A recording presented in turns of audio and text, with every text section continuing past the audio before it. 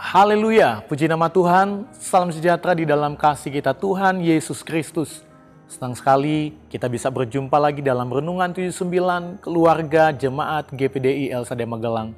Tuhan berkati kita semua, mari terus alami pembaruan di dalam Tuhan setiap hari dengan merenungkan firman Allah menggunakan 365 hari yang mengubahkan hidup Anda. Saya percaya Tuhan mengubahkan setiap hidup kita. Tema firman Tuhan pada saat ini saya beri tema hidup yang berkenan kepada Tuhan. Kita akan melihat satu ayat di dalam 2 Korintus pasal yang ke-7 ayat 1. Demikian firman Tuhan, saudara-saudaraku yang kekasih, karena kita sekarang memiliki janji-janji itu, marilah kita menyucikan diri kita dari semua pencemaran jasmani dan rohani, dan dengan demikian menyempurnakan kekudusan kita dalam takut akan Allah. Nah, Bapak Ibu Saudara yang diberkati Tuhan, kalau kita mengobservasi siapa yang terlibat dalam surat ini, ya tentunya ada Rasul Paulus sebagai penulis dari surat ini dan jemaat Tuhan di Korintus sebagai penerima surat. Dan di sini Paulus menulis surat ini untuk menanggapi berbagai masalah yang muncul dalam jemaat, termasuk konflik, tantangan, dan dosa yang menyebar di antara mereka. Jadi ternyata jemaat di Korintus adalah jemaat juga yang sedang dalam konflik, sedang mengalami tantangan yang luar biasa. Dan ada juga dosa yang menyebar di antara mereka. Dan surat ini berisi nasihat, dorongan, dan teguran untuk memperbaiki kehidupan spiritual jemaat, kehidupan rohani mereka. Nah, di dalam ayat ini Paulus menasihati dan mendorong jemaat Tuhan untuk menjaga kekudusan dalam hidup takut akan Allah. Menjaga kekudusan dengan hidup takut akan Allah. Nah, kita akan melihat interpretasi makna apa yang kita lihat dari ayat ini. Yang pertama, kekudusan hidup sebagai respon kita terhadap janji-janji Tuhan.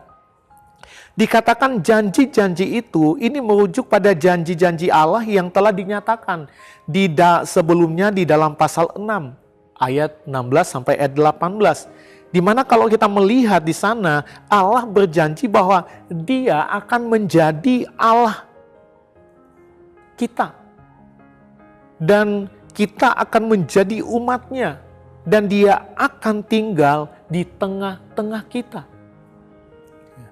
Jadi kalau kita melihat di dalam pasal 6 ayat 16 sampai ayat 18 ya. Di situ ada janji Tuhan. Ya, Dia menjadi Allah kita, kita menjadi umat kesayangannya, dan Dia akan tinggal di tengah-tengah kita. Itu suatu janji yang luar biasa, yang tentunya menjadi kerinduan di dalam setiap kehidupan kita sebagai orang percaya. Dan kita bersyukur karena Tuhan sudah menjadi Allah kita. Dia sudah menjadi Allah kita. Dan kita ini adalah umat kesayangannya. Dan kita percaya bahwa Allah ada, Dia tinggal di tengah-tengah kita. Itu sebabnya melalui ayat ini, Paulus mengingatkan kita akan tanggung jawab sebagai orang yang telah menerima janji-janji Allah. Kita adalah orang-orang yang sudah menerima janji Allah. Tanggung jawab kita adalah hidup dalam kekudusan. Yang berarti menjauhkan diri dari dosa dan segala hal yang dapat mencemari tubuh maupun jiwa kita. Yang akan merusak rohani kita, iman kita. Ini mencakup segala bentuk dosa baik yang tampak secara fisik maupun yang tersembunyi dalam hati dan pikiran kita. Dosa yang orang lain lihat kita lakukan. Atau yang tersembunyi juga di dalam pikiran dan hati kita yang orang tidak tahu. Tetapi Tuhan mengetahuinya. Jadi ini tanggung jawab kita untuk menjaga kekudusan hidup. Itu sebagai respon terhadap janji-janji Tuhan yang sudah kita terima di dalam hidup kita. Jadi kita ingat, ada tanggung jawab kita sebagai umat Tuhan. Nah yang kedua, makna yang kedua, takut akan Allah menyempurnakan kekudusan hidup dalam Tuhan. Ayat 1 bagian B, dalam terjemahan bahasa Indonesia masa kini dikatakan, hendaklah kita takut kepada Allah supaya kita dapat hidup khusus untuk Dia dengan sempurna. Hendaklah kita takut akan Allah. Supaya apa? Supaya kita dapat hidup khusus. Kita dapat hidup dalam kekudusan untuk Dia dengan sempurna. Jadi ayat ini mendorong kita untuk berusaha menyempurnakan kekudusan kita. Bukan karena kewajiban belaka, tetapi karena kasih dan rasa hormat kita kepada Tuhan. Ya. Di dalam 1 Petrus 1 ayat 15 dan ayat 16 dikatakan, tetapi hendaklah kamu menjadi kudus di dalam seluruh hidupmu, sama seperti Dia yang telah memanggil kamu adalah kudus. Sebab ada tertulis, kuduslah kamu sebab aku kudus. Jadi ya, takut akan Allah ini harus ada dalam hidup kita. Supaya apa? Kekudusan, untuk menyempurnakan kekudusan hidup di dalam Tuhan. Karena firman Allah katakan, hendaklah kamu menjadi kudus di dalam seluruh hidupmu, sama seperti Dia yang telah memanggil kamu adalah kudus. Sebab ada tertulis, kuduslah kamu sebab aku kudus. Dalam Roma 12 ayat 1 dan ayat 2.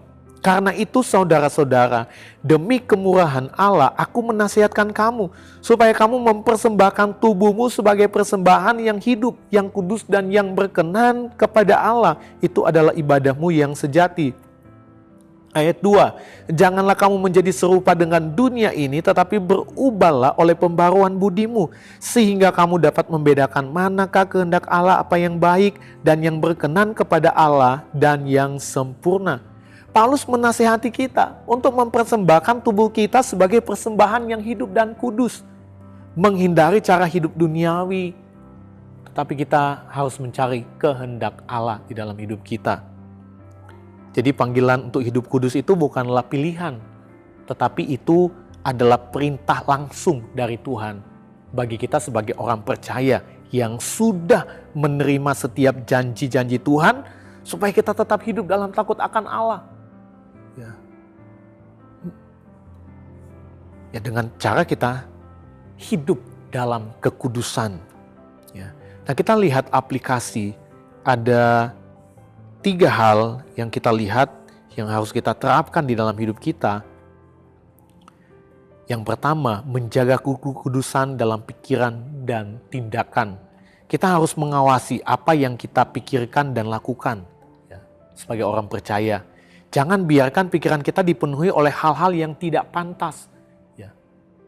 Segala hal-hal yang duniawi, segala hal-hal yang akan merusak rohani kita. Tetapi kita harus memikirkan apa? Hal-hal yang benar. Kita harus memikirkan hal-hal yang mulia, adil, suci, manis, dan sedap didengar. Seperti yang dijelaskan dalam Filipi 4 ayat 8. Jadi akhirnya saudara-saudara, semua yang benar, semua yang mulia, semua yang adil, semua yang suci, semua yang manis, semua yang sedap didengar, semua yang disebut kebajikan dan patut dipuji, pikirkanlah semuanya itu. Jadi gak ada hal-hal yang buruk yang dicatat dalam Filipi 4 ayat 8. Tapi segala sesuatu yang manis, yang sedap didengar, yang terpuji, yang mulia, itu yang harus kita apa?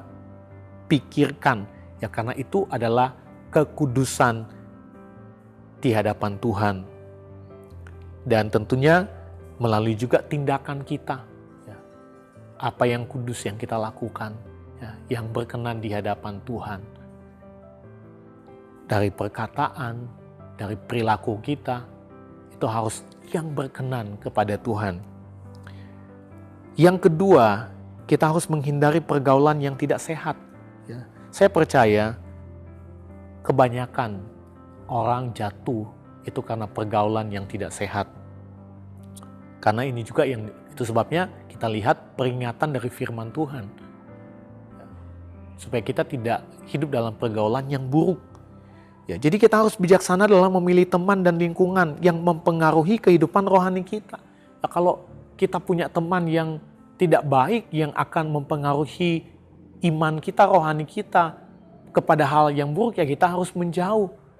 Ya memang tidak mudah ya, untuk kita menjauh dari teman-teman, apalagi mereka yang udah lama bersahabat dengan kita, tapi kita harus pikirkan baik-baik. Kalau itu akan merusak cara berpikir kita, rohani kita, ya kita harus menjauh. Di dalam 1 Korintus 15 ayat 33 katakan pergaulan yang buruk merusakkan kebiasaan yang baik. Ya. Kita lihat lagi 1 Korintus 6 ayat 19 sampai ayat 20. Dikatakan, atau tidak tahukah kamu bahwa tubuhmu adalah bait Roh Kudus yang diam di dalam kamu, Roh Kudus yang kamu peroleh dari Allah, dan bahwa kamu bukan milik kamu sendiri, sebab kamu telah dibeli dan harganya telah lunas dibayar, karena itu muliakanlah Allah dengan tubuhmu. Ya. Jadi firman Tuhan pesan dalam hidup kita, muliakan Tuhan dengan tubuh kita. Ya. Ayat ini mengingatkan bahwa tubuh kita ini adalah bait Roh Kudus. Ya, kita harus menjaga tubuh kita agar tetap murni, tidak dinodai oleh dosa, baik melalui pikiran dan tindakan. Ya. Yang ketiga, bertumbuh dalam hubungan dengan Tuhan melalui doa dan firman Tuhan. Untuk menyempurnakan kekudusan kita, kita harus terus berdoa dan merenungkan firman Tuhan. Untuk menjadi orang yang takut akan Tuhan, ya kita harus hidup di dalam doa, membaca dan merenungkan firman Tuhan itu setiap hari. Di dalam Mazmur 119 ayat 11 dikatakan, dalam hatiku aku menyimpan janjimu supaya aku jangan berdosa terhadap engkau. Daud katakan, dalam hatiku aku menyimpan janjimu. Yaitu firman Tuhan itu hidup di dalam kehidupannya. Supaya aku jangan berdosa terhadap engkau. Kita harus simpan, renungkan, dan lakukan firman Tuhan. Supaya apa? Kita nggak berdosa di hadapan Tuhan.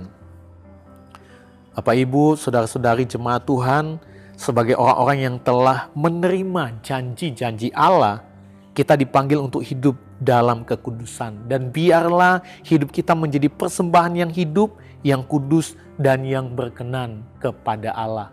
Itu adalah ibadah yang sejati kata firman Tuhan, supaya kita tidak kehilangan janji-janji Tuhan, tapi kita akan menikmati itu sampai kepada kekekalan. Tuhan Yesus memberkati kita semua. Terima kasih Bapak Ibu, saudara-saudari yang telah mengikuti Renungan 79. Kiranya setiap renungan yang sudah kita dengar dapat menjadi berkat bagi kita semua, memberikan kita kekuatan, kemenangan dalam menjalani hidup ini. Dan bagi Bapak Ibu, saudara-saudari yang ingin didoakan untuk pokok doa tertentu, mau menceritakan kesaksian baik mujizat, kesembuhan, pemulihan masalah, keluarga, dan lain-lain dapat disalurkan melalui chat dalam WhatsApp di 0813 2742 0088. Tuhan Yesus memberkati kita semua. Mari kita berdoa. Terima kasih Bapa yang baik, kami bersyukur kepadamu buat saat ini kami boleh kembali menikmati kebenaran firman Tuhan yang mengajari kami untuk hidup berkenan di hadapan-Mu dan kami menjaga hidup kudus. Karena kami adalah orang-orang yang sudah menikmati setiap janji-Mu. Karena Engkau adalah Allah kami adalah umat-Mu. Engkau Allah yang ada di tengah-tengah kami. Itu sebabnya sebagai tanggung jawab kami mau hidup tetap tinggal di dalam kekudusan-Mu ya Tuhan. Terima kasih Bapa, berkati seluruh jemaat Tuhan. GPD El Shaddai Magelang, beri kekuatan, berkat Tuhan menjadi bagian dalam hidup mereka, pekerjaan usaha, studi mereka diberkati oleh Tuhan. Kiranya keluarga jemaat GPDI El Shaddai Magelang mengucap syukur dengan sukacita kepada Bapa yang melayakan kami untuk mendapat bagian dalam apa yang ditentukan untuk orang-orang kudus di dalam kerajaan terang. Di dalam nama Tuhan Yesus Kristus kami berdoa. Haleluya. Amin.